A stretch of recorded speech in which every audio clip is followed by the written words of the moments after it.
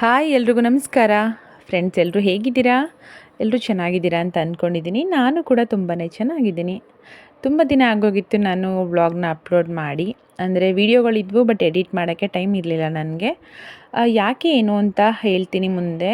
ವೀಡಿಯೋನ ಎಲ್ಲೂ ಸ್ಕಿಪ್ ಮಾಡೋಕ್ಕೆ ಹೋಗಬೇಡಿ, ಕಂಟಿನ್ಯೂಯಸ್ ಆಗಿ ನೋಡಿ ಅಂತ ಹೇಳ್ತೀನಿ. ಹಾಗೆ ನನ್ನ ಚಾನಲ್ನ ಇನ್ನೂ ಯಾರಾದರೂ ಸಬ್ಸ್ಕ್ರೈಬ್ ಮಾಡದೆ ನೋಡ್ತಾ ಇದ್ದರೆ ಪ್ಲೀಸ್ ಸಬ್ಸ್ಕ್ರೈಬ್ ಮಾಡ್ಕೊಂಡು ನೋಡಿ ಅಂತ ಹೇಳ್ತಾ ಇವತ್ತಿನ ವ್ಲಾಗ್ನ ಶುರು ಮಾಡೋಣ ಬನ್ನಿ. ಈ ವಿಡಿಯೋ ಬಂದು ಬುಧವಾರ ಬೆಳಗ್ಗೆ ವಿಡಿಯೋ.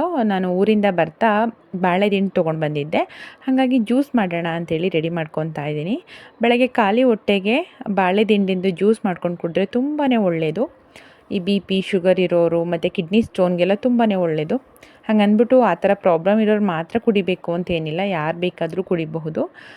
ಬಾಳೆದಿಂಡಿನ ರಸ ಕುಡಿಯೋದ್ರಿಂದ ತುಂಬಾ ಹೆಲ್ತ್ ಬೆನಿಫಿಟ್ಸ್ ಇದೆ.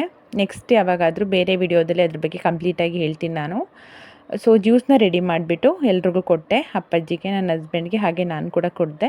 ನಿಮಗೆ ಖಾಲಿ ಹಾಗೆ ಬಾಳೆದಿಂಡಿನ ರಸ ಕುಡಿಯೋಕ್ಕೆ ಒಗ್ರು ಅಂತ ಅನಿಸಿದ್ರೆ ಅದರೊಳಗಡೆಗೆ ಸ್ವಲ್ಪ ಶುಂಠಿ ಮತ್ತು ಜೀರಿಗೆನ ಸೇರಿಸ್ಕೊಂಡು ರುಬ್ಕೊಂಡ್ರೆ ಟೇಸ್ಟ್ ಚೆನ್ನಾಗಿ ಬರುತ್ತೆ. ಬೇಕಂದರೆ ಹನಿ ಹಾಕ್ಬೋದು. ಸ್ವೀಟ್ ಇಷ್ಟಪಡದೇ ಇರೋರು ಸಾಲ್ಟ್ ಹಾಕ್ಕೊಂಡು ಕುಡಿಬಹುದು, ತುಂಬಾ ಒಳ್ಳೆಯದು. ಹಾಗೆ ತಿಂಡಿಗೆ ರೆಡಿ ಮಾಡ್ತಾಯಿದ್ದೀನಿ. ಜ್ಯೂಸ್ ಕುಡ್ದಾದ್ಮೇಲೆ ಕಾಫಿ ಎಲ್ಲ ಮಾಡಿಕೊಟ್ಟೆ, ಆಮೇಲೆ ತಿಂಡಿಗೆ ರೆಡಿ ಮಾಡ್ತಿರೋದು.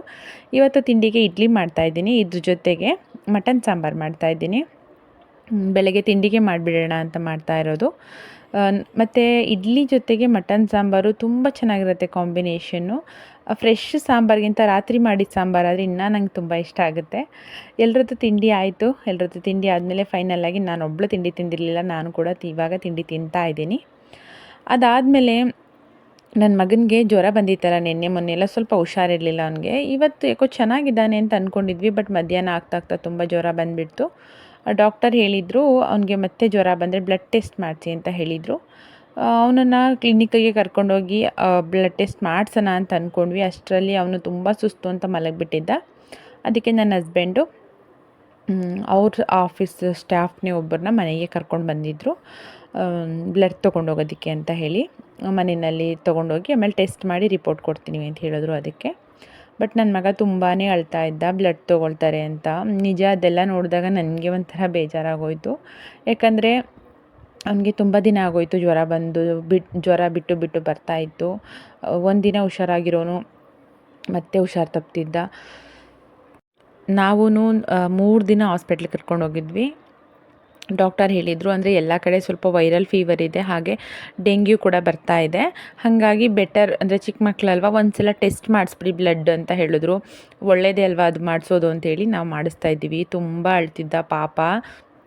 ಆಮೇಲೆ ನೋಡ್ತಿರ್ಬೋದು ನನ್ನ ವೀಡಿಯೋಗಳಲ್ಲಿ ರೆಗ್ಯುಲರಾಗಿ ನೋಡೋರಾದರೆ ಗೊತ್ತಾಗುತ್ತೆ ಡಿಫ್ರೆನ್ಸು. ಎಷ್ಟು ಸಣ್ಣಾಗಿಬಿಟ್ಟಿದ್ದಾನೆ ಗೊತ್ತಾ ನನ್ನ ಮಗ.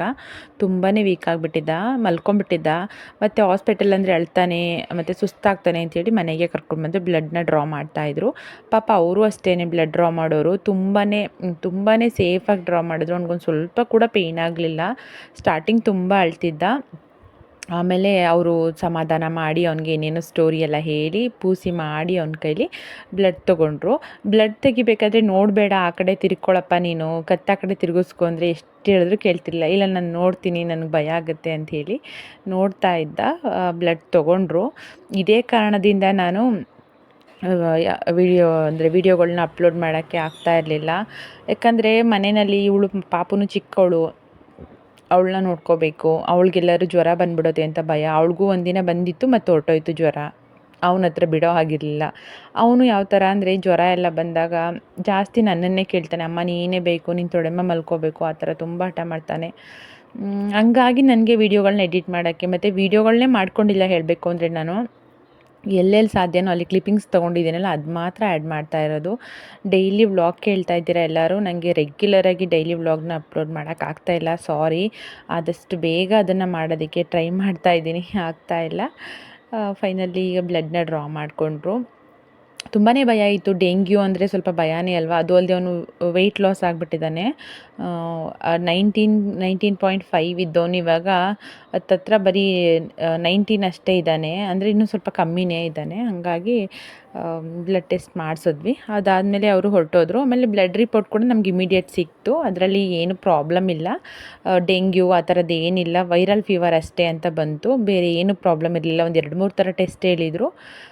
ಫುಲ್ ಬ್ಲಡ್ ಕೌಂಟ್ ಎಲ್ಲ ಮಾಡಿಸಿ ಪ್ಲೇಟ್ಲೆಟ್ಸ್ ಎಲ್ಲ ಅಂತ, ಅದರಲ್ಲೂ ಕೂಡ ಏನಿಲ್ಲ, ಎಲ್ಲ ಚೆನ್ನಾಗಿತ್ತು. ಆಮೇಲೆ ಅವನು ಜಾಮೂನ್ ಬೇಕು ಅಂತ ಕೇಳ್ತಿದ್ದ ನನ್ನ ಮಗ, ತುಂಬ ದಿನದಿಂದ ಜಾಮೂನ್ ಬೇಕು ಅಮ್ಮ ಅಂತಿದ್ದ. ಹಾಗೆ ಅಪ್ಪಾಜಿ ಕೂಡ ಬಂದಿದ್ರಲ್ಲ ಊರಿಂದ, ಪ್ರೀತು ಅಪ್ಪಾಜಿ ಎಲ್ಲ ಬಂದಿದ್ದರು. ಜಾಮೂನ್ ಪ್ಯಾಕೆಟ್ ಇತ್ತು ಒಂದು ಮನೆಯಲ್ಲಿ.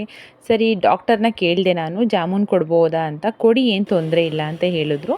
ಹಾಗಾಗಿ ಓಕೆ ಅಂತ ಅಂದ್ಬಿಟ್ಟು ಆಮೇಲೆ ಸ್ವಲ್ಪ ಹುಷಾರಾಗಿ ಆಗಿಬಿಟ್ಟ ನನ್ನ ಮಗ. ಸ್ವಲ್ಪ ಚೆನ್ನಾಗಾದ ಸಂಜೆ ಅಷ್ಟರೊಳಗಡೆ, ಸ್ವಲ್ಪ ಎದ್ದು ಓಡಾಡ್ದ, ಊಟ ಎಲ್ಲ ಮಾಡ್ದೆ. ಹಾಗಾಗಿ ಜಾಮೂನ್ ಮಾಡ್ತಾಯಿದ್ದೆ. ಇದು ಜಾಮೂನ್ ಪ್ಯಾಕೆಟ್ ಏನಾಯಿತು ಅಂದರೆ, ಯಾವುದೋ ಹೊಸದು ತೊಗೊಂಡು ಬಂದಿದ್ರು ನನ್ನ ಹಸ್ಬೆಂಡು. ಇಲ್ಲ ನಾನೇ ಕರೆಕ್ಟಾಗಿ ಕಲಿಸ್ಕೊಳ್ಳಿಲ್ವೋ, ಇಲ್ಲ ಜಾಮೂನ್ ಪ್ಯಾಕೆಟೇ ಸರಿ ಇಲ್ವೋ ನನಗೆ ಗೊತ್ತಿಲ್ಲ. ಯಾಕೋ ಅದು ಉಂಡೆಗಳೆಲ್ಲ ಸ್ವಲ್ಪ ಕ್ರ್ಯಾಕ್ ಆದಂಗೆ ಆಗೋಯಿತು. ಬಟ್ ಟೇಸ್ಟ್ ಮಾತ್ರ ತುಂಬ ಚೆನ್ನಾಗಿತ್ತು. ಆಮೇಲೆ ಇನ್ನೊಂದೇನೆಂದರೆ, ನನಗೆ ಜಾಮೂನ್ ಜೊತೆಗೆ ಐಸ್ ಕ್ರೀಮ್ ಹಾಕ್ಕೊಂಡು ತಿನ್ನಬೇಕು ಅಂತ ತುಂಬ ದಿನದಿಂದ ಆಸೆ ಇತ್ತು. ನನ್ನ ಮಗಳು ಪ್ರೆಗ್ನೆಂಟಲ್ಲಿದ್ನಲ್ಲ, ಅವಾಗಿಂದನೂ ತುಂಬ ಆಸೆ ಇತ್ತು ನನಗೆ ಐಸ್ ಕ್ರೀಮ್ ಮತ್ತು ಜಾಮೂನು, ಜಿಲೇಬಿ ಮತ್ತು ಐಸ್ ಕ್ರೀಮು ಈ ಥರ ತಿನ್ನಬೇಕಂತ ಆಸೆ. ನಿಮ್ಮಲ್ಲಿ ಯಾರಿಗಾದರೂ ಈ ಥರ ಐಸ್ ಕ್ರೀಮು, ಜಾಮೂನು, ಜಿಲೇಬಿ ಮತ್ತು ಐಸ್ ಕ್ರೀಮ್ ಈ ಥರ ತಿನ್ನೋ ಅಂದರೆ ಈ ಥರದ್ದು ಏನಾರು ಹ್ಯಾಬಿಟ್ಸ್ ಇದೆಯಾ ಅಂತ ಹೇಳಿ ನನಗೆ ಕಮೆಂಟ್ ಮಾಡಿ. ತುಂಬ ಚೆನ್ನಾಗಿರುತ್ತೆ. ಬಿಸಿ ಜಾಮೂನು, ಕೋಲ್ಡಾಗಿರೋ ಐಸ್ ಕ್ರೀಮು ಎರಡು ಮಿಕ್ಸ್ ಮಾಡ್ಕೊಂಡು ತಿಂದರೆ ಸಖತ್ತಾಗಿರುತ್ತೆ. ಸೊ ಎಲ್ರಿಗೂ ಹಾಕ್ಕೊಟ್ಟೆ. ಎಲ್ರಿಗೂ ಐಸ್ ಕ್ರೀಮ್ ಇದು ಜಾಮೂನೇ ಹಾಕ್ಕೊಟ್ಟೆ. ಬಟ್ ನನ್ನ ಮಗನಿಗೆ ನಾನು ಐಸ್ ಕ್ರೀಮ್ ಕೊಡಲಿಲ್ಲ. ಅವನು ಗುಡ್ ಬಾಯ್ ಆಗಿದ್ದಾನೆ ಇವಾಗ, ಹಠ ಮಾಡಲ್ಲ.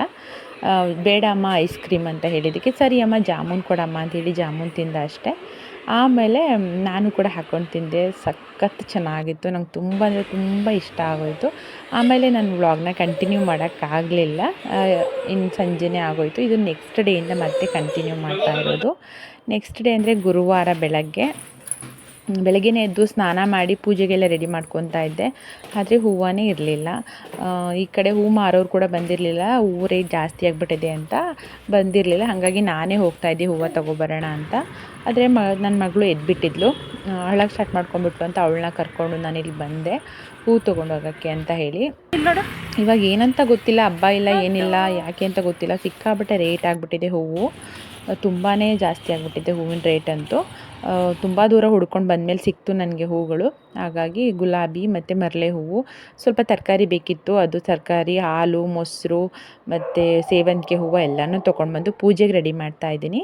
ಒಂದು ಕಡೆ ದೇವ್ರ ನೈವೇದ್ಯಕ್ಕೆ ಹಾಲಿಟ್ಟಿದ್ದೀನಿ, ಇನ್ನೊಂದು ಕಡೆ ಮನೆಯವರಿಗೆಲ್ಲ ಕಾಫಿಗೆ ಅಂತ ಹಾಲನ್ನ ಇಟ್ಟಿದ್ದೀನಿ. ಎಲ್ಲ ಆದಮೇಲೆ ದೇವ್ರ ಫೋಟೋಗೆಲ್ಲ ಹೂವೆಲ್ಲ ಮುಡಿಸಿ ಅಲಂಕಾರ ಮಾಡಿ ಪೂಜೆ ಕೂಡ ಮುಗಿಸ್ಬಿಟ್ಟೆ. ಬೇಗನೆ ಆಗೋಯಿತು ಪೂಜೆ ಕೂಡ. ಸಿಂಪಲ್ಲಾಗೆ ಮಾಡಿದ್ದೀನಿ. ದೇವರಿಗೆ ನನಗೆ ಅಲಂಕಾರ ಮಾಡುವಾಗ ಹೂವು ಹಾಕಿದಷ್ಟು ಚೆನ್ನಾಗಿ ಅನಿಸುತ್ತೆ. ಆದರೆ ಹೂವೇ ಇರಲಿಲ್ಲ ಅಲ್ವಾ, ಇರೋದೇ ಏನಿರುತ್ತೆ ಅದರಲ್ಲೇ ಮಾಡಿದ್ದೀನಿ ಪೂಜೆನ. ಅದಾದಮೇಲೆ ಹೊಸ್ಲಿಗೆ ಮಾಮೂಲಿ ರಂಗೋಲಿ ಎಲ್ಲ ಹಾಕಿ ಸ್ವಲ್ಪ ಕಲರ್ ಇತ್ತು, ಕಲರ್ ಹಾಕಿದ್ದೀನಿ. ಗುರುವಾರ ನನಗೆ ಆ ಥರ ಕಲರ್ ಹಾಕಿ ರಂಗೋಲಿ ಬಿಡೋದಕ್ಕೆ ತುಂಬ ಇಷ್ಟ ಆಗುತ್ತೆ. ಹಾಗಾಗಿ ರಂಗೋಲಿಗೆ ಕಲರ್ ಹಾಕಿದ್ದೀನಿ. ಆಮೇಲೆ ಮಾಮೂಲಿ ಹೊಸ್ಲು ಪೂಜೆ ಎಲ್ಲ ಮಾಡಿ ಮುಗಿಸಿದ್ದಾದಮೇಲೆ ತಿಂಡಿ ರೆಡಿ ಮಾಡ್ಕೊತಾ ಇದ್ದೆ. ತಿಂಡಿಗೆ ಅಪ್ಪಾಜಿಯವರು ಪ್ರೀತುನ ಅಡ್ಮಿಷನ್ ಮಾಡ್ಸೋಕ್ಕೆ ಅಂತೇಳಿ ಹೊರಗಡೆ ಹೋಗ್ತಾಯಿದ್ರು ಸ್ಕೂಲ್ಗೆ. ಅದಕ್ಕೋಸ್ಕರ ಬೇಗ ಆಗೋ ಥರ ದೋಸೆ ಇಟ್ಟಿತ್ತು. ದೋಸೆ ಜೊತೆಗೆ ಆಲೂಗೆಡ್ಡೆ ಪಲ್ಯ ಮಾಡಿ ಚಟ್ನಿ ಮಾಡಿದೆ. ಹಾಗೆ ಸ್ವಲ್ಪ ಹಾಲು ಖೀರ್ ಮಾಡಿದೆ ದೇವರಿಗೆ ನೈವೇದ್ಯಕ್ಕೆ ಅಂತೇಳಿ. ಹಾಲು ಖೀರ್ ಮಾಡಿದೆ. ಹಾಲು ಖೀರ್ ಮಾಡಿಬಿಟ್ಟು ಎಲ್ಲ ದೇವ್ರ ಹತ್ರ ಎತ್ತಿಟ್ಬಿಟ್ಟೆ ಫಸ್ಟಿಗೆ. ಆಮೇಲಿಂದ ತಿಂಡಿ ಕೂಡ ಅವ್ರಿಗೆ ದೋಸೆ, ಆಲೂಗೆಡ್ಡೆ ಪಲ್ಯ ಮತ್ತು ಚಟ್ನಿ ಕೂಡ ಮಾಡಿದೆ. ಮಾಡ್ತಾಯಿದ್ದೀನಿ ಇವಾಗ. ಮಾಮೂಲಿ ಆಲೂಗೆಡ್ಡೆದು ಸಿಹಿ ಪಲ್ಯ ಮಾಡೋದು ಗೊತ್ತಲ್ವ ಎಲ್ಲರಿಗೂ, ಅದೇ ಥರ ಮಾಡಿದ್ದು. ಆಲೂಗೆಡ್ಡೆ ಎಲ್ಲ ಬೇಯಿಸ್ಕೊಂಡು ಸ್ಮ್ಯಾಶ್ ಮಾಡಿ ಇಟ್ಕೊಂಡಿದ್ದೀನಿ. ಆ ಕಡೆ ಒಗ್ಗರಣೆಗೆ ರೆಡಿ ಮಾಡ್ಕೊಂಡಿದ್ದೆ. ಈ ಕಡೆ ದೋಸೆ ಹಾಕ್ತಿದ್ದೆ. ಬಟ್ ದೋಸೆ ಹಿಟ್ಟು ಸ್ವಲ್ಪನೇ ಇದ್ದಿದ್ದು, ಜಾಸ್ತಿ ಇರಲಿಲ್ಲ. ಹಾಗಾಗಿ ಸ್ವಲ್ಪ ಚಪಾತಿ ಹಿಟ್ಟಿತ್ತು, ಚಪಾತಿ ಮಾಡಿಬಿಟ್ಟೆ ಸ್ವಲ್ಪ. ನನ್ನ ಮಗನಿಗೆ ದೋಸೆ ಅಂದರೆ ಸಿಕ್ಕಾಪಟ್ಟೆ ಇಷ್ಟ. ಬಟ್ ದೋಸೆ ಹಿಟ್ಟು ಖಾಲಿ ಆಯಿತು. ಆ್ಯಂಡ್ ಇನ್ನೊಂದೇನೆಂದರೆ ಅವನಿಗೆ ಜ್ವರ ಇತ್ತಲ್ವ, ಹಾಗಾಗಿ ಅವನಿಗೆ ಚಪಾತಿನೇ ಕೊಟ್ಟೆ. ನಾವು ಚಪಾತಿ ಮಾಡ್ಕೊಂಡ್ವಿ. ಚಪಾತಿ, ಮಾಮೂಲಿ ಪಲ್ಯ, ಚಟ್ನಿ ಎಲ್ಲ ಅದೇ ಇತ್ತು. ಹಾಗೆ ಖೀರ್ ಕೂಡ ಮಾಡಿದ್ದೆ ಆಯಿತು. ಅದಾದಮೇಲೆ ವಾಷಿಂಗ್ ಮಿಷಿನ್ಗೆ ಬಟ್ಟೆ ಹಾಕೋದಿತ್ತು. ತುಂಬ ಬಟ್ಟೆನೇ ತೊಳೆದಿರಲಿಲ್ಲ, ಅಂದರೆ ತುಂಬ ಉಳ್ಕೊಂಡ್ಬಿಟ್ಟಿತ್ತು ನಿನ್ನೆ ಮೊನ್ನೆಯಿಂದನೂ. ಅದಕ್ಕೋಸ್ಕರ ಎಲ್ಲ ಬಟ್ಟೆನೂ ನೀಟಾಗಿ ಅದನ್ನು ಸಪ್ರೇಟ್ ಮಾಡಿ, ಕಲರ್ ಏನಾದ್ರು ಹೋಗ್ಬಿಡುತ್ತಾ ಇಲ್ವಾ ಅಂತ. ಮತ್ತು ನನ್ನ ಮಗಂದು ಬಟ್ಟೆಗಳಲ್ಲಿ ಚೆಕ್ ಮಾಡಬೇಕು. ಅವನು ಕಾಯಿನ್ ಇಟ್ಕೊಂಡ್ಬಿಟ್ಟಿರ್ತಾನೆ, ಮತ್ತು ಪೆನ್ಸಿಲು, ಎರೇಸರೆಲ್ಲ ಇಟ್ಕೊಂಡ್ಬಿಟ್ಟಿರ್ತಾನೆ. ಹಾಗಾಗಿ ಎಲ್ಲನೂ ಚೆಕ್ ಮಾಡಿನೇ ಹಾಕಬೇಕು. ಆ ಥರ ಎಲ್ಲನೂ ಚೆಕ್ ಮಾಡಿ ಹಾಕಿದೆ. ಮತ್ತು ಮಳೆ ಬರೋ ಥರ ಇತ್ತು ಬೇರೆ, ಹಾಗಾಗಿ ಬೇಗ ಆಗಿಬಿಟ್ರೆ ಬಟ್ಟೆ ವಾಶ್ ಮಾಡಿ ಬೇಗ ಒಣಗಾಕ್ಬೋದು ಅಂತ. ಆಮೇಲೆ ನಮ್ಮದು ವಾಷಿಂಗ್ ಮಿಷಿನ್ ನೋಡಿ, ಅಲ್ಲಿ ಅದು ಅದ್ರದ್ದು ಡೋರ್ ಹತ್ರ ಸ್ವಲ್ಪ ಅದು ಎಲ್ಲ ಎದ್ದು ಬಂದುಬಿಟ್ಟಿದೆ ಅದ್ರದ್ದು ಕಲರು. ಅದಕ್ಕೇನೋ ಒಂದು ಸ್ಪ್ರೇ ಸಿಗುತ್ತೆ, ತಂದು ಅದನ್ನು ಮಾಡ್ಕೊಳ್ಳಿ ಅಂತ ಹೇಳಿದ್ರು. ಸಿಕ್ಕಿಲ್ಲ, ತಂದು ಮಾಡ್ಕೋಬೇಕು. ಅದಾದಮೇಲೆ ಅವನು ಅವ್ನ ತಂಗಿನ ಕೂರಿಸ್ಕೊಂಡು ಇಲ್ಲಿ ಏನು ಆಟ ಆಡಿಸ್ತಾ ಇದ್ದ. ಸ್ವಲ್ಪ ಹುಷಾರಾಗಿಬಿಟ್ರೆ ಸಾಕು, ಹೇಳಿದ ಮಾತೇ ಕೇಳಲ್ಲ ನನ್ನ ಮಗ, ಹಂಗೆ ಆಡ್ತಾನೆ. ಎಷ್ಟು ಹೇಳಿದ್ರು ಕೇಳಲ್ಲ. ಹುಷಾರಿಲ್ಲ ಅಂದರೆ ಮಲ್ಕೊಂಡೇ ಬಿಡ್ತಾನೆ. ಸ್ವಲ್ಪ ಚೆನ್ನಾಗಾಗ್ಬಿಟ್ರೆ ಹಿಂಗೆ ಆಡ್ತಾನೆ. ಆಮೇಲೆ ನನ್ನ ಹಸ್ಬೆಂಡು ಪಾಪ್ಕಾರ್ನ್ ಮಾಡು ಅಂತ ಹೇಳಿ ಪಾಪ್ಕಾರ್ನ್ ತಂದಿದ್ದರು. ರೆಡಿ ಪಾಪ್ಕಾರ್ನ್ ಮಿಕ್ಸ್ ಸಿಗುತ್ತಲ್ಲ ಅದನ್ನು. ಹಾಗಾಗಿ ಸಂಜೆ ಹೊತ್ತು ಪಾಪ್ಕಾರ್ನ್ ಮಾಡಿ ಕೊಟ್ಟೆ. ಅಪ್ಪಾಜಿ ಮತ್ತು ಪ್ರೀತು ಹಂಗೆ ಊರಿಗೆ ಹೊರ್ಟೋಗಿದ್ರು ಅವರು ಕೆಲಸ ಮುಗಿದ್ಮೇಲೆ. ಸೂಪ್ ಮಾಡಿಬಿಟ್ಟು ಪಾಪ್ಕಾರ್ನ್ ಮಾಡ್ಕೊಂಡ್ವಿ. ಚೆನ್ನಾಗಿತ್ತು ಸೂಪು ಮತ್ತು ಪಾಪ್ಕಾರ್ನು. ನನ್ನ ಮಗನಿಗೆ ಜ್ವರ ಬಂದು ಬಾಯಿಯೆಲ್ಲ ಹಾಳಾಗ್ಬಿಟ್ಟಿತ್ತಲ್ಲ, ಸೂಪ್ ತುಂಬ ಚೆನ್ನಾಗಿತ್ತು ಅಂತೇಳಿ ಇಷ್ಟಪಟ್ಟು ಸೂಪ್ ಕುಡ್ದ. ಅದಾದಮೇಲೆ ಪಾಪ್ಕಾರ್ನು ಅಷ್ಟೇ ತಿಂದ್ವಿ. ಅಷ್ಟೇ, ಇನ್ನೇನಿಲ್ಲ. ಈಗ ಈ ವ್ಲಾಗು ಕರೆಕ್ಟಾಗಿ ಬಂದಿಲ್ಲ, ಎಲ್ಲೆಲ್ಲಿ ಸಾಧ್ಯನೋ ಅಲ್ಲಿ ಮಾತ್ರ ಕ್ಲಿಪ್ಪಿಂಗ್ ತೊಗೊಂಡಿದ್ದೆ ಅಷ್ಟೇ. ನಾನು ಈ ವಿಡಿಯೋನ ಇಲ್ಲಿಗೆ ಎಂಡ್ ಮಾಡಿಬಿಡ್ತೀನಿ. ನಾನು ನಿಮಗೆಲ್ಲ ನೆಕ್ಸ್ಟ್ ಒಂದು ಹೊಸ ವಿಡಿಯೋದ ಜೊತೆಗೆ ಸಿಗ್ತೀನಿ, ಅಂದರೆ ಕಂಪ್ಲೀಟ್ ವ್ಲಾಗ್ ಥರ ಮಾಡಿ ಸಿಗ್ತೀನಿ. ಅಲ್ಲಿ ತನಕ ಎಲ್ರಿಗೂ bye bye. Thank you for watching.